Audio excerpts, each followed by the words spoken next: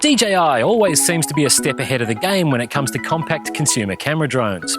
Just when it looked like the solo drone from 3D Robotics was really bringing some serious competition to the Phantom 3, DJI stepped it up again with a new Phantom 4. So here's a quick roundup of a few improvements that put the Phantom 4 back in a class of its own, as well as some good news for Phantom 3 owners.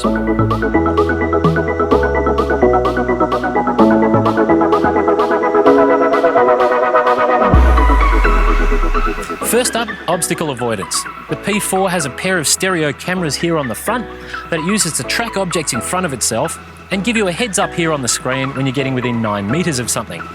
It won't actually let you get closer than 1.5 metres to something unless you turn the system off. Unfortunately, most of my crashing into things happens when I'm flying backwards or sideways to get a cool shot. When you're going forwards, you can see on your screen right there if you're going to hit something. So this might actually end up being more annoying than useful in manual flight. Next, the vision positioning system has been upgraded with an extra downward-facing camera and bigger ultrasound units. That means it's a lot more stable than the Phantom 3 in a low hover under about 10 metres, even in a decent wind, and it's easier again to fly indoors, as long as you turn off the obstacle avoidance. Battery size is up about 20%, so flight time is now a maximum of 28 minutes instead of 25 for the Phantom 3. It's only a 10% rise because the 4 is 100 grams heavier than the 3 at 1380 grams. Some of that extra weight's in redundant systems like dual GPS and accelerometer sensors that make this drone even more reliable than the old ones, but frankly we've never had any problems with our Phantom 3. The Phantom 4 is much quicker to get in the air than the old version. There's a nice foam carry case right there in the box that'll fit straight into a backpack. That annoying warm-up routine when you switch the drone on, that's a bit quicker.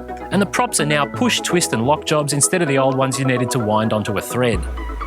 Those new prop locks and a new sport mode option on the mode switch also let this thing reach a new top speed just over 70 k's an hour, where the old one couldn't quite get to 60. High rate turning makes it much crazier and more responsive to fly. You can also rise and descend faster in sport mode than you've ever been able to on the 3. It's a ton zippier and a lot of fun.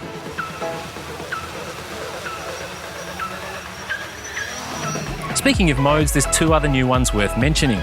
Tap to fly lets you tap on the screen where you want the Phantom to go and set the speed you want. It gives you a very smooth shot, even if you're a crap pilot. The other is active track. Once you're 3 metres or higher in the air, you can tap and drag out a tracking target, and the Phantom 4 will optically track whatever you've selected and fly around to keep it in view.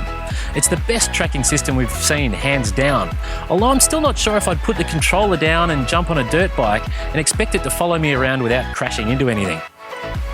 While it's in either of those modes or return to home mode, it'll fly over or around obstacles as it sees fit, and that's where the collision warning system probably makes the most sense. Here's something that hasn't changed much: the camera.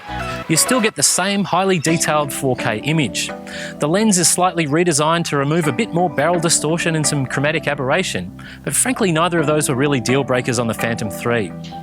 You also still get legs and props in your shots when you're moving fast, so you have to plan your shots around that fact or crop the vision in your video editor to get rid of it. And the Lightbridge video downlink is the same. But let's face it, it was pretty awesome to begin with, and I don't think there's much real practical advantage in raising the resolution any higher than 720p or extending the video range past 5 kilometres. The system as it is gets the job done brilliantly. So, is there still room for improvement? Oh yeah! Surely there's a Phantom coming soon with obstacle avoidance gear on all 4 sides.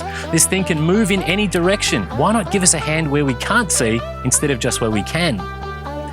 There's a lot of room in the battery pack for much more energy, so we may well see some endurance battery options somewhere down the track. The controller's phone mount is a bit sturdier than the one on our P3, but it still can't hold a 10-inch tablet, and you still need to buy a separate sunshade if you want to use it outdoors. You'll still need to get yourself some screw-on ND filters if you want to make sure you don't get banding from the shadows of the props in your vision in bright sunlight. And you still can't use it in a multi-controller mode that lets you have one person pilot the thing and another control the camera. Using course lock mode, this actually should be easy enough to implement. And with that great little camera, the Phantom 4 delivers such high-quality footage that pro-level tweaks like that feel appropriate. So, bottom line, if you're buying now, the Phantom 4 is unquestionably the best all-in-one compact camera drone on the market. But if you own a 3DR Solo or the Phantom 3 Pro, is it worth trading it in for an upgrade?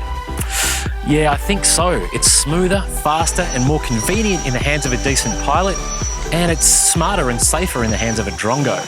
Mind you, without huge upgrades to the camera, you can still get great results out of your current machine if you're a good enough pilot. Either way, this is a great time to be shopping.